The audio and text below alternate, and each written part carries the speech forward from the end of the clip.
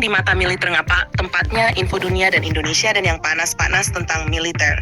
Seruput kopi dulu, Lur. Di saat perhatian banyak tertuju pada modernisasi TNI AL, tetangga kita Malaysia juga diam-diam sedang melakukan lompatan besar dalam kekuatan lautnya.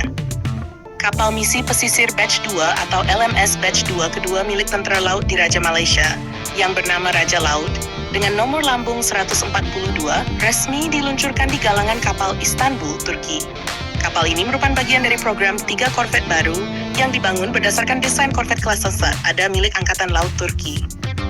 Menariknya, program ini memperlihatkan bagaimana Malaysia memilih solusi yang lebih ekonomis dibandingkan fregat kelas Istif yang juga dikembangkan dari keluarga Milgem Turki. Jika Indonesia akhirnya mengarah ke fregat kelas Istif yang lebih besar dan lebih berat persenjataannya, Malaysia justru memilih versi yang lebih sederhana, namun tetap sangat mematikan untuk kebutuhan patroli dan tempur di Laut Cina Selatan. Raja Laut bukan kapal patroli biasa. Kapal ini merupakan korvet tempur multimisi dengan panjang hampir 100 meter dan bobot sekitar 2.400 hingga 2.500 ton. Secara ukuran, kapal ini sudah mendekati ukuran fregat ringan yang digunakan beberapa negara. Bahkan jika dibandingkan dengan sejumlah kapal perang ASEAN, ukuran dan kemampuannya sudah sangat kompetitif. Dari sisi performa, Raja Laut mampu melaju lebih dari 26 knot. Kecepatan ini cukup untuk mengejar kapal permukaan, mengawal konvoi, maupun merespons ancaman dengan cepat di wilayah perairan yang luas. Kapal ini juga memiliki daya jelajah lebih dari 5.000 mil laut, sehingga mampu beroperasi jauh dari pangkalan dalam waktu lama. Ketahanan operasi hingga 14 hari, memberikan fleksibilitas tinggi untuk patroli laut maupun operasi militer. Namun yang paling menarik tentu persenjataannya. Pada haluan kapal terdapat meriam utama 76 mm, yang sangat efektif untuk menghadapi sasaran udara, laut maupun darat. Meriam ini merupakan standar banyak kapal perang modern karena mampu memberikan kombinasi daya tembak dan kecepatan reaksi yang baik. Di bagian lain kapal juga terdapat meriam kendali jarak jauh 30 mm yang berfungsi menghadapi ancaman asimetris seperti kapal cepat maupun drone.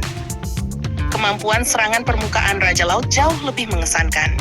Kapal ini membawa rudal anti kapal Atmaca buatan Turki. Rudal ini memiliki jangkauan sekitar 250 km dan dirancang untuk menghancurkan kapal perang besar.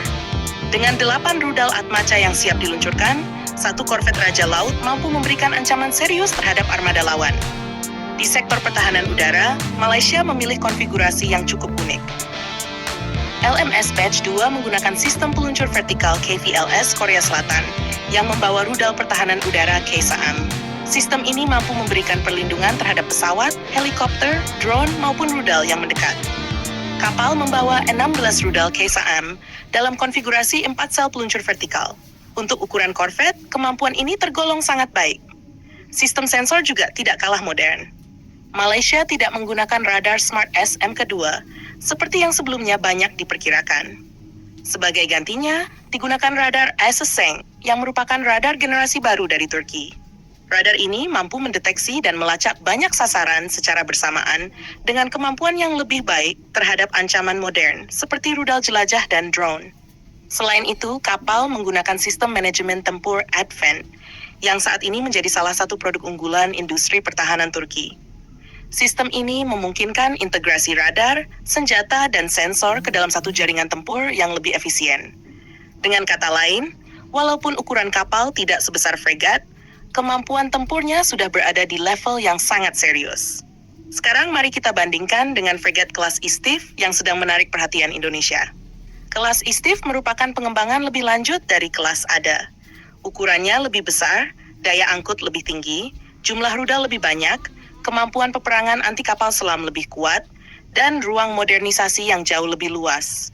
Jika Raja Laut bisa disebut sebagai versi ekonomis dari keluarga Milgem, maka Istif adalah versi premium. Istif dirancang untuk menghadapi ancaman yang lebih kompleks dan mampu menjadi tulang punggung armada laut jarak jauh. Karena itulah biaya pengadaan dan operasinya juga jauh lebih tinggi. Bagi Malaysia, pilihan LMS Batch 2 sangat masuk akal.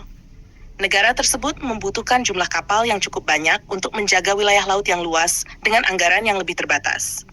Dengan membeli korvet berbasis ada kelas, Malaysia mendapatkan kapal tempur modern yang memiliki rudal anti kapal, rudal pertahanan udara, radar ISA, dan sistem tempur digital tanpa harus membayar harga fregat yang jauh lebih mahal.